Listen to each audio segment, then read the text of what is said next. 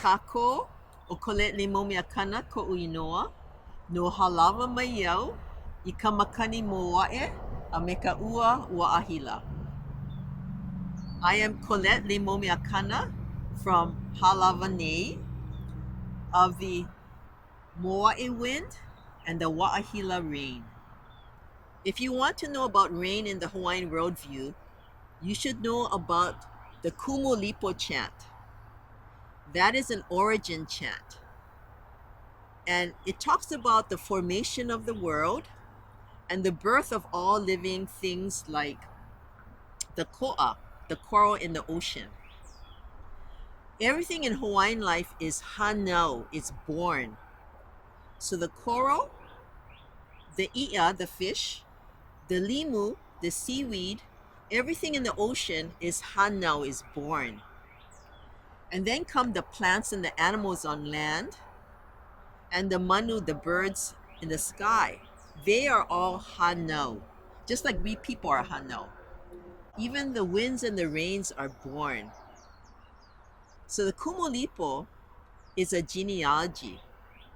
Yeah. And what it says that is that we are all connected.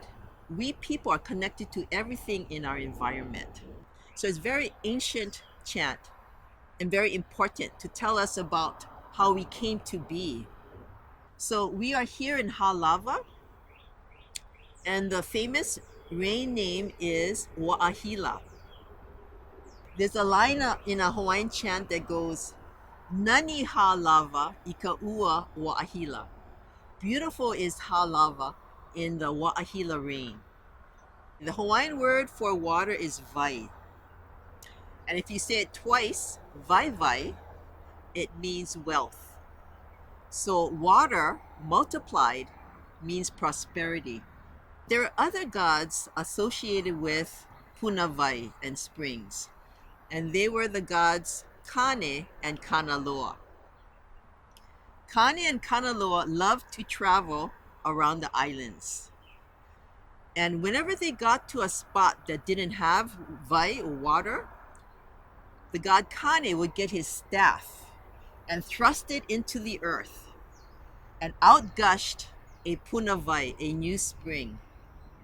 So Kane and Kanaloa would create springs throughout our islands, and some of them still exist today. Our kupuna were keen observers of the environment. To observe is the word kilo. So you could kilo i'a, you could observe the fish and their patterns of where they go. You could kilo hoku, observe the stars. That's important for navigation. Well, our kupuna would always kilo. They would kilo their environment, and that was for survival. Yeah.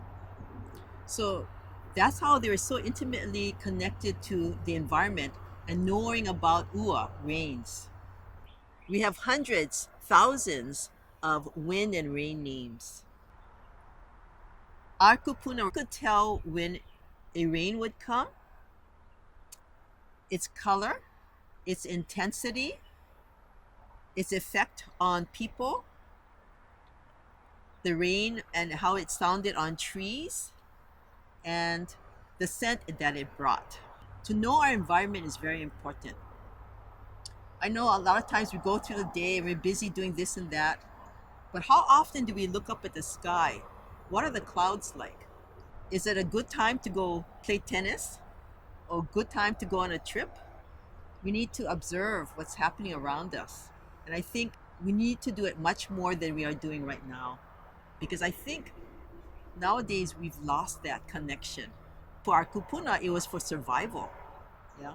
Today, you just turn on the tap water, oh, we got water. And sometimes we waste water because it's so easy to get.